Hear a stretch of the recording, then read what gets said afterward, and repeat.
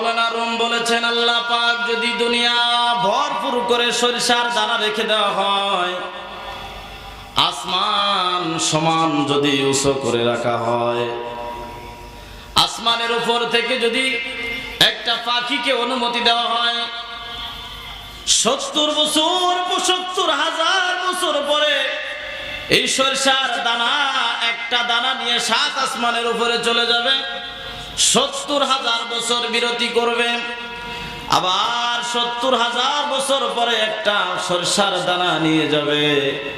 মাওলানা room বলেছেন 70,000 বছরের বিরতিতে একটা একটা সরিষার দানা নিতে নিতে নিতে একদিন সরিষার দানা সব শেষ হয়ে যাবে, কিন্তু আখিরাতের জিন্দেগি শুরু হবে আর কোনোদিন শেষ হবে না। প্রিয় ভাইরা আমার, সেই আখিরাতের জীবনটা কিন্তু বেশি দূরে নয়, মাত্র 3 হাত দূরে। কয় হাত? আপনারা একটু হিসাবটা মিলান। কবরের উপর সাইড দুনিয়া, কবরের ভিতর সাইড হলো আখিরাত। কবরের ভিতর সাইড কি? আখিরাত। যেই জিন্দেগিতে গেলে আর আসার কোনো সুযোগ নাই। আর কবরের উপর মুখটা হলো দুনিয়া, যেখানে আসে চলে যেতে হয়। তো এই দুনিয়ায় আমরা আসছি, চলে যাব, কি নিয়ে যাব, কি তৈরি করতেছি, আমাদের একটু চিন্তার দরকার আছে না নাই? জোরে বলেন, কি নিয়ে যাব? 60, 70, 80 বছর জিন্দেগি সুখে শান্তিতে থাকার জন্য মানুষ কত পরিশ্রম করে, কত কষ্ট করে বাবা। কিন্তু যেখানে বছরের পর বছর এই দুনিয়া থেকে সর্বশেষ যে ব্যক্তি মৃত্যুবরণ করবে, সর্বশেষ যে ব্যক্তি মৃত্যুবরণ করবে, সে ব্যক্তি কবরে থাকবে 40,000 বছর। কত হাজার? 40,000 বছর সে ব্যক্তি কবরে থাকবে। এরপরে ইসরাফিল আলাইহিস সালাম সিজদায় ফু দিবে, এরপরে আপনার কিয়ামত কায়েম হবে। তাহলে আমি আপনি কবরে থাকবো কত হাজার কোটি বছর। এজন্য আমিরুল মুমিনিন হযরত ওমর রাদিয়াল্লাহু আনহু কবরের ভয়ে কাঁদতে কাঁদতে চোখে ঘা বানিয়ে ফেলেছিলেন। সাথীরা বলেছিল, আমিরুল মুমিনিন আপনি চোখে ঘা বানায় ফেললেন কবরের ভয়ে, কিন্তু আপনি তো জান্নাতের ঘোষণা পাইছেন, আপনার তো জান্নাতের টিকিট আল্লাহ পাক দিয়েছেন, আপনি এত কাঁদেন কেন? আশারা মুবাশশারা 10 জন সাহাবীর দ্বিতীয় নম্বর হযরত ওমর। জান্নাতের টিকিট পাওয়ার পরও কবরের ভয়ে কাঁদেন, জাহান্নামের ভয়ে কাঁদেন। হযরত ওমর বলেছিলেন, আল্লাহর রাসূলের সাহাবায়ে কেরাম, যে আল্লাহ আমাকে জান্নাতের টিকিট দিয়েছেন, সেই আল্লাহ কিন্তু জান্নাতের টিকিট আবার ফেরত নিতে জানেন, ঠিক না? যে আল্লাহ আমাকে জান্নাতের টিকিট দিয়েছেন, সেই আল্লাহ যদি আমার কোনো কাজের কারণে, কোনো চলাফেরার কারণে, কোনো ব্যবহারের কারণে যদি আল্লাহ খুশি হয়ে যায়, সেই আল্লাহ কিন্তু জান্নাতের টিকিট ফেরত নিতে জানেন। আমি কান্দি কেন জানো? আল্লাহ যদি আমাকে জান্নাতে দেয়, জান্নাতে অনেক বন্ধুরা থাকবে, অনেক সাথী থাকবে। জাহান্নামেও যদি আল্লাহ আমাকে দেয়, জাহান্নামে অনেক মানুষ থাকবে, কিন্তু জান্নাত আর জাহান্নামের মাঝখানে যে একটা জায়গা, সেটার নাম হলো কবর। সেটার নাম কি? জোরে বলেন। জান্নাত আর জাহান্নাম তো হাসরের ময়দানে বান্দার হিসাব নিকাশের পরে হবে। জান্নাত আর জাহান্নামের মাঝখানে যে একটা জায়গা, তার নাম কবর। এইখানে যে লক্ষ কোটি কোটি বছর থাকা লাগবে, আমি একা কিভাবে থাকবো বলো? আমার উস্তাদ বলেছিলেন যে হযরত ওমর রাদিয়াল্লাহু আনহু ইন্তেকালের পর কবরে যখন প্রশ্ন করা হয়েছে, মান রব্বুকা ওয়া মা দীনুকা ওয়া মান নাবিয়ুকা, হযরত ওমরের কাছে যখন প্রশ্ন করছে মান রব্বুকা, তোমার রবকে, তোমার রবের পরিচয় দাও, আল্লাহ তাআলা বলেন ইন্নাল্লাযীনা ক্বালু রাব্বুনাল্লাহু সুম্মা ইসতাকামু তাতানাজ্জালু আলাইহিমুল মালাঈকা আল্লা তাখাফু ওয়া লা তাহজানু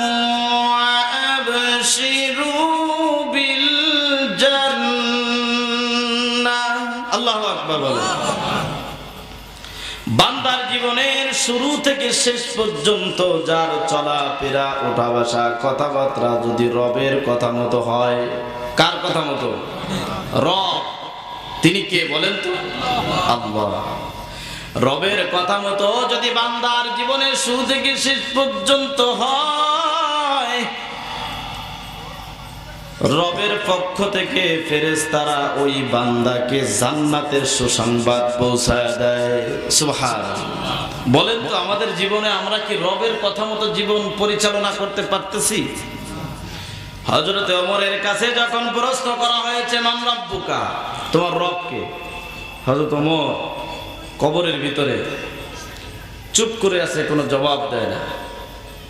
দ্বিতীয়বার প্রশ্ন করছে মান রব্বুকা, তোমার রবের পরিচয় দাও, হযরত ওমর কোনো কথা বলে না।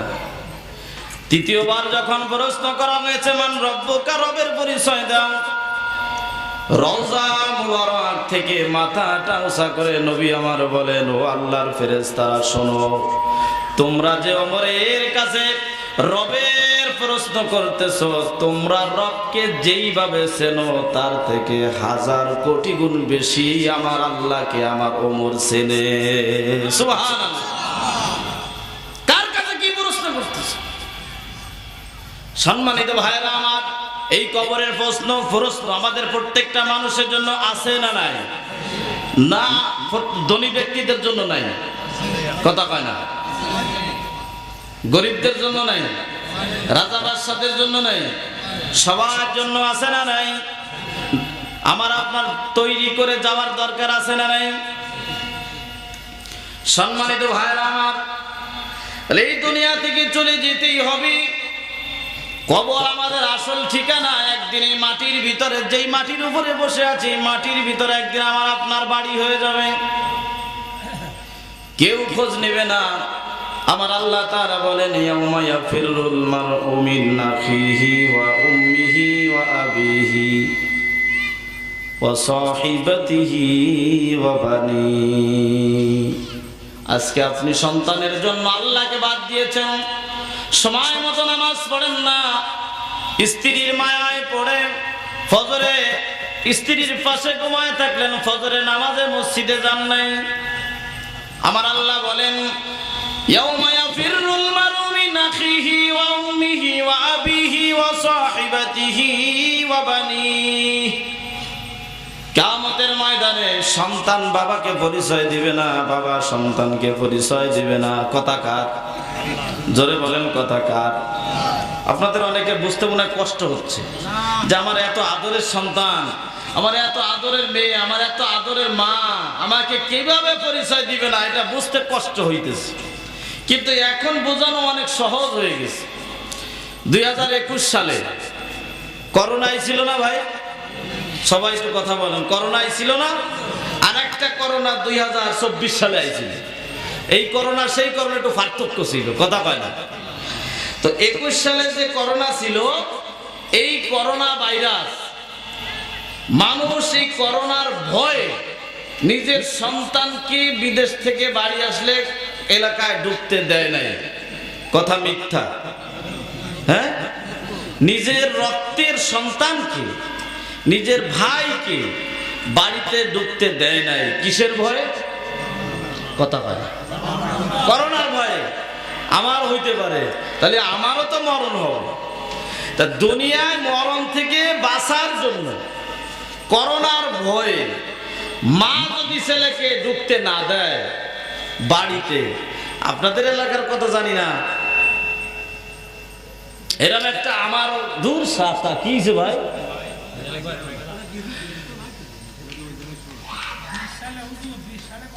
2020 সাল 21 পাইছিল না, 20 আর 21 এক জায়গা দিয়ে কাছাকাছি, 2024 আর 25 কাছাকাছি না। সম্মানিত ভাইরা, আমার বিষয়টা হলো আমি ওই করোনার সময় শরীয়তপুর থেকে বাড়িতে আসছি, এলাকায় আসার পরে বাড়িতে ঢুকি নাই। এর আগে আমার মা আমার ভাই ফোন দিয়ে বলে তুই বাড়িতে আসছ কে, আমারে বলছে বাড়িতে আসছ কেন, সর্বনষ্ট, তোমাদের যা লাগে আমি দেই, ভালো মন্দ আমি দেখি, তোমাদের পাশে থাকি, আমি তোমার সন্তান, আমি তোমার ভাই, বাড়ি কেন আসতে পারবো না? কেন আসা যাবে না? তাহলে আমাদের কাজকর্ম সব বন্ধ হয়ে যাবে, 14 দিনের ওয়ারেন্টি দেবে। কি দেবে? এরকম হয় নাই ভাই? হয়েছে। তা লাস্টে কি করবো? লাস্টে শ্বশুর বাড়ি জায়গা দিল। তাহলে শ্বশুররা কি আপন সবাই চাইতে? হ্যাঁ না, কিন্তু দেখলো যে এখন যাবে কোথায়, তাই আর কি জায়গা দিল। তো তখন থেকে চিন্তা করলাম যে ইয়াউমা ইয়াফিরুল মারউ মিন আখি, এই আয়াতটা আমার জন্য বোঝা অনেক সহজ হয়ে গেছে। যে করোনার ভয়ে 14 দিনের ওয়ারেন্টি দিবে, বাড়ির ভিতর থেকে বেরোনো যাবে না, লাল পতাকা টানাই দিবে। এটা যদি দুনিয়ায় সামান্য একটু করোনার ভয় হয়ে থাকে, কিন্তু হাসরের ময়দানের ভয়াবহতা এর থেকে কোটি কোটি গুণ বেশি। কারণ কিয়ামতের ময়দানে মাথার 3 ইঞ্চি উপরে সূর্যটা থাকবে, জমিনটা মাটির জমিন তামা হয়ে যাবে, মাথার গিলু টকবক টকবক করে ফুটতে থাকবে, গিলুগুলো বেয়ে বেয়ে কান মুখ বেয়ে নিচে পড়তে থাকবে। এই অবস্থাটা কত কঠিন হতে পারে বলেন? ওই দিন মা সন্তানকে পরিচয় দিবে না, সন্তান মাকে পরিচয় দিবে না, যার যার বাঁচার জন্য সে ব্যস্ত হয়ে যাবে। সকল পয়গম্বরেরা, হযরত আদম আলাইহিস সালাতু ওয়াস সালাম, নূহ আলাইহিস সালাম, শীস আলাইহিস সালাম, দাউদ আলাইহিস সালাম, আইয়ুব আলাইহিস সালাম, সকল পয়গম্বরেরা জান্নাতের গেটে চলে যাবে। যে দারোয়ান রেদওয়ান ফেরেশতাকে বলবে, আল্লাহর ফেরেশতা আমাদেরকে জান্নাতে ঢুকতে দাও। রেদওয়ান ফেরেশতা বলবে, আপনারা যে জান্নাতে যাবেন, আপনাদের কাছে জান্নাতের টিকিট আছে? নবীরা কি জান্নাতি না ভাই? জান্নাতি। বলবে হ্যাঁ জান্নাতের টিকিট আছে। তখন বলবে টিকিটটা দেন। নবীরা যখন জান্নাতের টিকিট দেখাবেন, রেদওয়ান ফেরেশতা বলবেন আপনারাই টিকিট নিয়ে জান্নাতে যাইতে পারবেন, কিন্তু এখন না। সুবহানাল্লাহ বলেন। আপনাদের এই জান্নাতের টিকিটের উপরে আখিরি নবীর সিল লাগবে। সুবহানাল্লাহ বলেন। কারণ এই জান্নাতে যত সময় আখিরি নবী ঢুকবে না, তত সময় পর্যন্ত কোন নবী ঢুকতে পারবে না। আল্লাহু আকবার। সেই নবীর উম্মত কারা? জোরে বলেন। যারা বলবে না তারা মনে করবেন তারা মোদির লোক। আমাদের নবীর নাম কি? জোরে বলেন। মুহাম্মাদুর রাসূলুল্লাহ সাল্লাল্লাহু আলাইহি ওয়াসাল্লাম।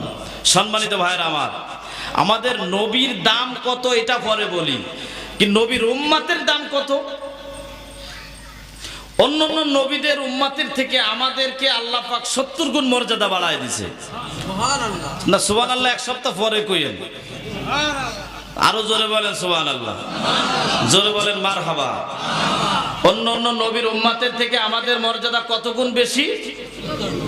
70 গুণ। নবী আমার সাহাবীদেরকে নিয়ে আলোচনা করতেছিলেন।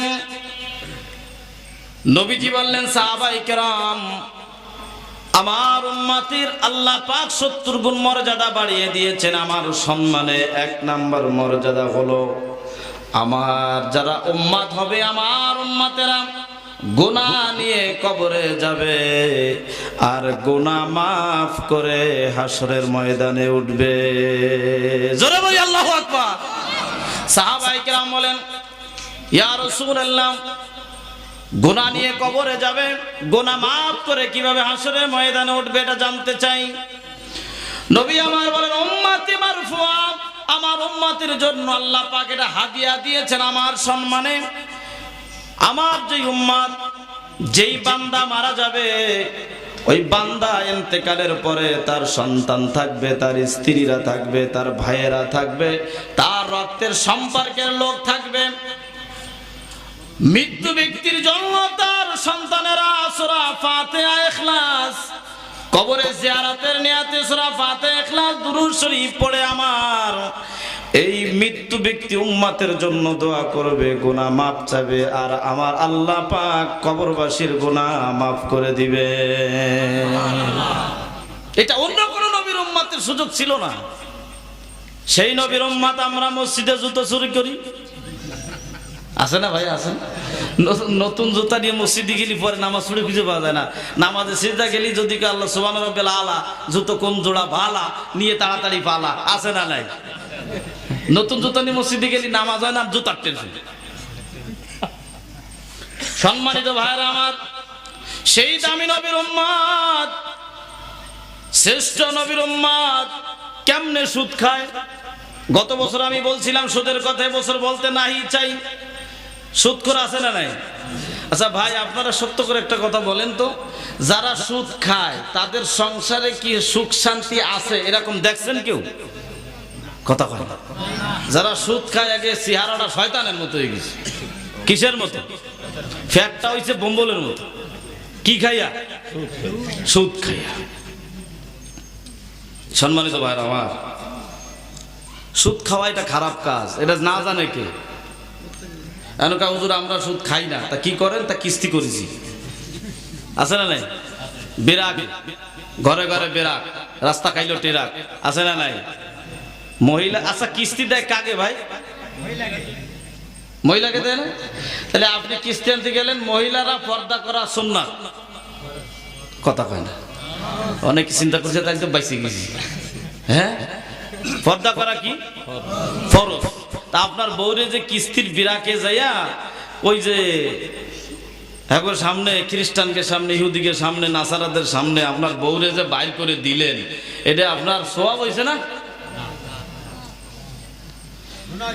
ওরে সুদের টাকায় পাহাড় করলি, মক্কা যাইয়া হজ করিলি, বনের পশু কুরবানি করে বিয়াই বাড়ি পাঠাও রান, এভাবে কাটাবি রে মন কত কাল, নামে মুসলমান মোরা, নামে মুসলমান, এভাবে কাটাবি রে মন কত কাল। ওরে বৌদিয়া কিস্তি তুলিলি, বড় পীরের কাছে মুরিদ হইলি, নাই? কথা কয় না? বড় পীরের মুরিদ, এদের বউ কিস্তি তুলিছে, রাস্তায় রাস্তায় ঘুরে বেড়ায়। ওরে বৌদিয়া কিস্তি তুলিলি, বড় পীরের কাছে মুরিদ হইলি, বড় পীরের কাছে মুরিদ হইয়া ইসলাম করছ অপমান, এভাবে কাটাবি রে মন কত কাল। মরার আগে মুসলমান হয়ে মরতে হবে। কি হইতে হবে? মুসলমান, খাঁটি মুসলমান হতে হবে। আল্লাহ তাআলা বলছেন, হে ঈমান ওয়ালারা, তোমরা যারা ঈমান আনছো মুসলমান হও, এরপরে মরো। ভাই, নিজেকে যতই বুদ্ধিমান মনে করি, আসলে কিন্তু সে বুদ্ধিমান নয়। এখন করবেন যত চালাকি, মরার পরে বুঝবেন তার চালাকি। কবরে আপনার আমার বংশের পরিচয় হবে না, ক্ষমতার পরিচয় হবে না, টাকা পয়সা কার কত আছে, আমেরিকায় কতবার গেছেন, আর ভারত কার কার সাথে সম্পর্ক রাখছেন, কয়বার পলায়ে গিয়েছেন, এই সম্পর্ক হবে না। ওখানে পরিচয় হবে ঈমানের এবং আমলের। কথা বলেন ঠিক না ভাই? সম্মানিত ভাইরা আমার, ঈমান এবং আমলের প্রয়োজন। আল্লাহ তাআলা বলেন, এই দুনিয়ায় যারা ঈমান আমল সঠিক করবে না, দুনিয়ার মায়ায় পড়ে, দুনিয়ার মমতায় পড়ে যারা আখিরাত ভুলে যাবে, আল্লাহকে ভুলে যাবে, আমার আল্লাহ তাআলা বলেন, ওয়ালাকাদ যারানা লিজাহান্নামা কাসীরাম মিনাল জিন্নি ওয়াল ইনসি লাহুম কুলুবুন লা ইয়াফকাহুনা বিহা ওয়া লাহুম আ'য়ুনুন লা ইউবসিরুনা বিহা ওয়া লাহুম আযানুন লা يسمعون بها أولئك উলাইকা কাল আনআমি বাল হুম আদাল। আল্লাহ তাআলা বলেন, আমি কিছু মানুষ এবং জিন জাতি দিয়া জাহান্নাম ভরপুর করব। নাউজুবিল্লাহ বলি। আল্লাহ তাআলা বলেন, মানুষ দিয়া জাহান্নামে ভরপুর করব, জিন জাতি দিয়া জাহান্নাম ভরপুর করব। কোন মানুষ কোন জিনগুলো জাহান্নামে দেব জানো? লাহুম কুলুবুল লা ইয়াফকাহুনা বিহা। আল্লাহ পাক আমাদেরকে কলব দিয়েছেন, অন্তঃকরণ দিয়েছেন, চোখ দিয়েছেন, বিবেক বুদ্ধি আল্লাহ পাক দিয়েছেন। আল্লাহ পাক বলেন, আমি বিবেক দিলাম, কান দিলাম, চোখ দিলাম, ভালো মন্দ বোঝার মতো যোগ্যতা দিলাম। ভালো মন্দ বোঝার মতো যোগ্যতা দেওয়ার পরেও যারা দুনিয়ার সৌন্দর্য দেখলো, দুনিয়ার লাভবানটা বুঝলো, কিভাবে ব্যবসা করলে লাভ হয়, কিভাবে দুনিয়ায় সুখ শান্তিতে থাকা যায়, এইটা ভালো বুঝলো। কিন্তু এই সুন্দর দুনিয়ায় যিনি দান করলেন, আমাকে সুন্দর দেহ দিলেন, সুন্দর দুইটা চোখ দিলেন, এত সুন্দর দুনিয়া দেখার জন্য যিনি আমাকে শক্তি দিলেন, পাওয়ার দিলেন, সেই আল্লাহকে যারা চিনার চেষ্টা করে নাই, আল্লাহ পাক ওই মানুষগুলো দিয়া জাহান্নাম ভরপুর করে দিবেন। সম্মানিত ভাইরা আমার, আমরা মনে করি কি জানেন, নামাজ, রোজা, হজ, যাকাত আর একটু সদকা দিলে এরই মধ্যেই মনে হয় ইসলাম, এইটাই মনে হয় ধর্ম। আসলে সমাজে অনেক লোক জানে না ধর্মটা কি। মনে করি যে নামাজ পড়ি আর টুপি মাথায় দিয়েছি, পাঞ্জাবি গায়ে দিছি, হজ করেছি, এরই মধ্যেই মনে হয় ধর্ম আর কর্ম। ঈদের দিনে মনে করেন চুলকাটি বাজার, বাজারের এক প্রান্ত দিয়া দুইজন পুলিশ ঢুকছে সাদা উঠানোর জন্য। কি উঠানোর জন্য? ওঠায় না কিছু মানুষ ভাই? এটা কি সুন্নাত না? এর বাড়ি যে কয় এত টাকা দেওয়া লাগবো, ঘের ছেড়ে দাও, বাড়ি ছেড়ে দাও, ভিটা ছেড়ে দাও, এটা সুন্নাত না? তো চান্দা উঠাইতেছে, উঠাইতে উঠাইতে কিছু দূর গেলে কিছুক্ষণ পরে আর এক গাড়ি পুলিশ, তাদের পোশাক পরা আছে, তারা বাজারের ভিতরে ঢুকছে। আগে যেই পুলিশগুলা চান্দা উঠাইতেছিল তাদের গায়ে পুলিশের পোশাক আছে, কিন্তু এই গাড়ি ভরা পুলিশ দেখা আগের পুলিশ ফেলে দিছে দূর। এখন গাড়ি ভরে যে পুলিশগুলো আসছে, এরা কয় ঘটনা কি, এরাও পুলিশ আমরাও পুলিশ, এদের গায়ে পোশাক আছে আমাদের গায়ে পোশাক আছে, এরা দৌড়ায় কেন? কাহিনী কি? ঠেঙের দিকে তাকায় দেখে যে দৌড়ের ভাও ভালো না। এরা যে দৌড়াইতেছে, এই দৌড়ালো ট্রেনিং ছাড়া দৌড়। কি দৌড় ভাই? কথা কয় না, ট্রেনিং। পুলিশের একটা ট্রেনিং আছে না? আর পায়ের দিকে তাকায় দেখে যে এরা আসল পুলিশ না, এরা পোশাক পরে ভুয়া পুলিশ হয়েছে। কি পুলিশ? কথা কয় না। তা আমরা কিছু মুসলমান সাজিছি, এটি টুপি মাথায় দিয়া, দাড়ি মুখে রাইখা আর জুব্বা পাঞ্জাবি গায়ে দিয়া আমরা হলো মুসলমান সাজিছি, কিন্তু মুসলমান হইতে পারিনি।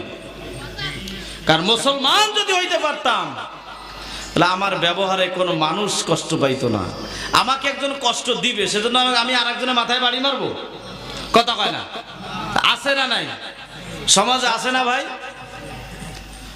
বিশেষ করে আমি আমার দেশে দেখি যে এক দল ক্ষমতায় আসলে আর এক দলের উপরে নির্যাতন করে। কথা কয় না? সে যে দলই আসে, আছে না? একজন এসে কয় কি আমার হলো বাপের দেশ, আমি করে দেব সব শেষ। আর একজন এসে কয় আমার হলো স্বামীর দেশ, মাঝখান দিয়ে আমরা সব শেষ। কথা কয় না? কথা কয় না? আমি দোয়া করি, আল্লাহ তুমি আমাকে ডাক্তার ইউনূস রে, আমাকে দাদারে তুমি আরো 200 বছর হায়াত দাও, এই ক্ষমতা থাকুক, আমাকে আর নির্বাচন লাগবে না। সুবহানাল্লাহ কর, এই বাইসা থাকুক। কারণ এই রমজান মাসে দাদা ইউনূস আসার পরে সব জিনিসের দাম কমছে না? যে ব্যান চালায় খায় সে 100 টাকা কেজি আলু কিনে খাইতে পারে? খাইছেন না? আমি তো কিনছি। তা আমরা হুজুর মানুষ নাই, মানুষের বাড়ি খাই, ওই মানুষের পকেটে টাকা দিয়ে আলু কিনে বেড়াই, অত অসুবিধা নাই। কিন্তু যারা ব্যান চালায় আর দিন মজুরি করে, এরা কি করবে? এই জন্য আল্লাহ ডাক্তার ইউনূস ভালো রাখবে, ধরে কেন আমি নির্বাচনের দরকার নাই। তারপরে তারা যা করে করুক, মানে আমরা আমাদের কথা কইলাম আর কি। কারণ আমরা জনগণ শান্তি চাই। আমরা জনগণ কি চাই? শান্তি চাই। সে যেই আসুক, কোন জনগণ সরকারের কাছে বাড়ি আর গাড়ি চায় না, চায় হলো দেশে শান্তি বসবাস। কি বলে? শান্তিতে থাকতে চাই। বিগত 16 বছর আমরা অনেকে শান্তিতে ছিলাম না। আমরা ঠিকমতো, হুজুররা আমাদের নিরাপদ ছিল না। যারা ক্ষমতায় ছিল তাদের কথা বলি, আমি কিন্তু কারো নাম ধরে কই না। সম্মানিত ভাইয়েরা আমার, মিশরে একজন সরকার ছিল, নাম ছিল ফিরাউন। আপনারা জানেন কি নাম? ফিরাউন।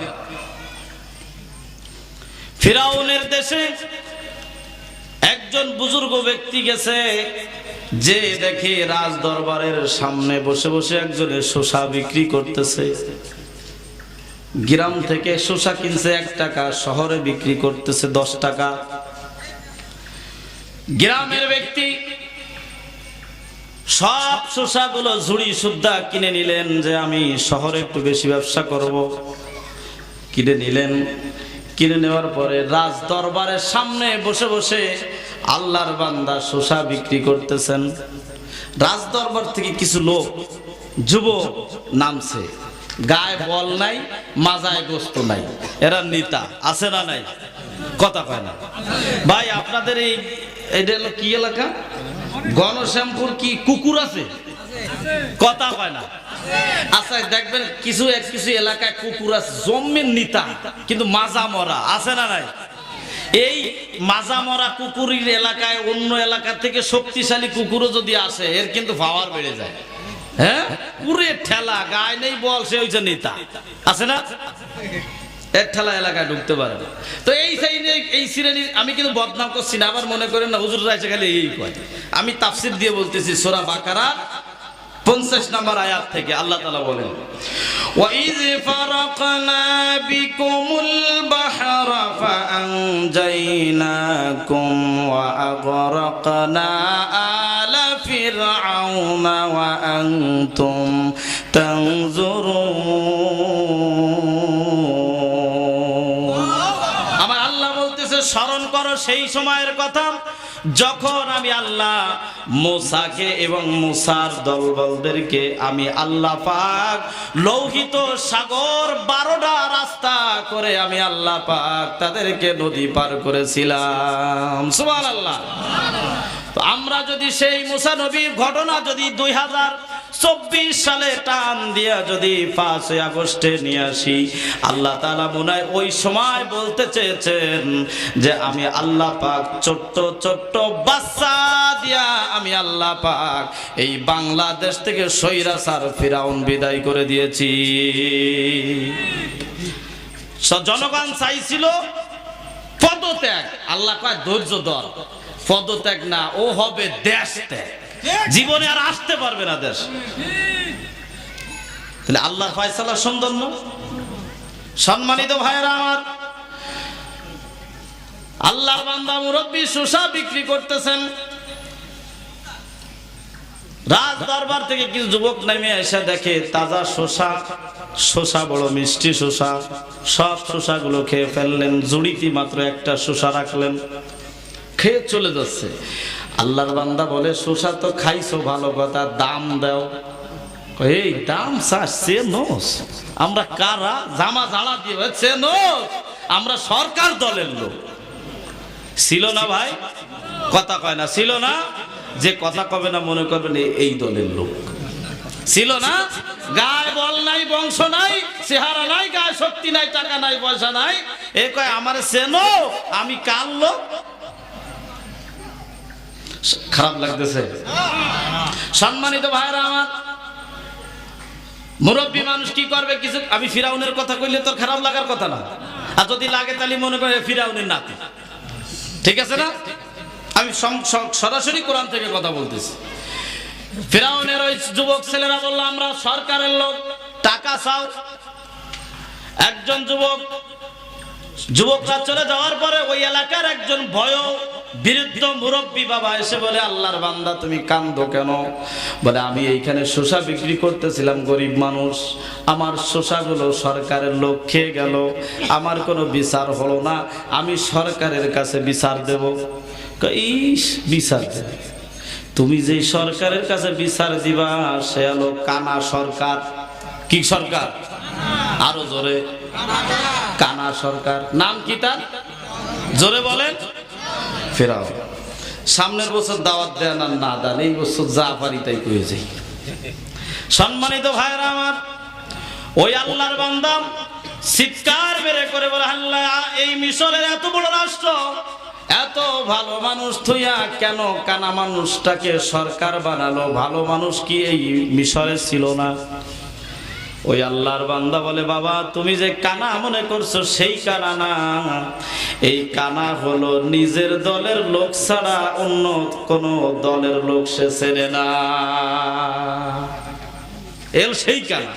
আমাদের দেশে এরকম একটা পর্যায়ে ছিল, হাজার অপরাধ করছে, হাজার অন্যায় করছে, আপনি যদি তার নামে বিচার দিতে যান, বলে তুমি চেনো, ও তো আমার লোক, সব মাপ। হয়েছে না হয় নাই? সম্মানিত ভাইরা আমার, আপনি কার সাথে চলেন, আপনি কার সাথে চলবেন, কার সাথে কথা বলবেন, আপনি কার সাথে মহব্বত করবেন, এটাও কিন্তু আল্লাহ পাক কোরআনুল কারীমের ভিতরে বলে দিয়েছেন। এই দুনিয়ায় যার সাথে আপনার মহব্বত থাকবে, ভালোবাসা থাকবে, কিয়ামতের ময়দানে আপনার কিন্তু তার সাথেই দেখা হয়ে যাবে।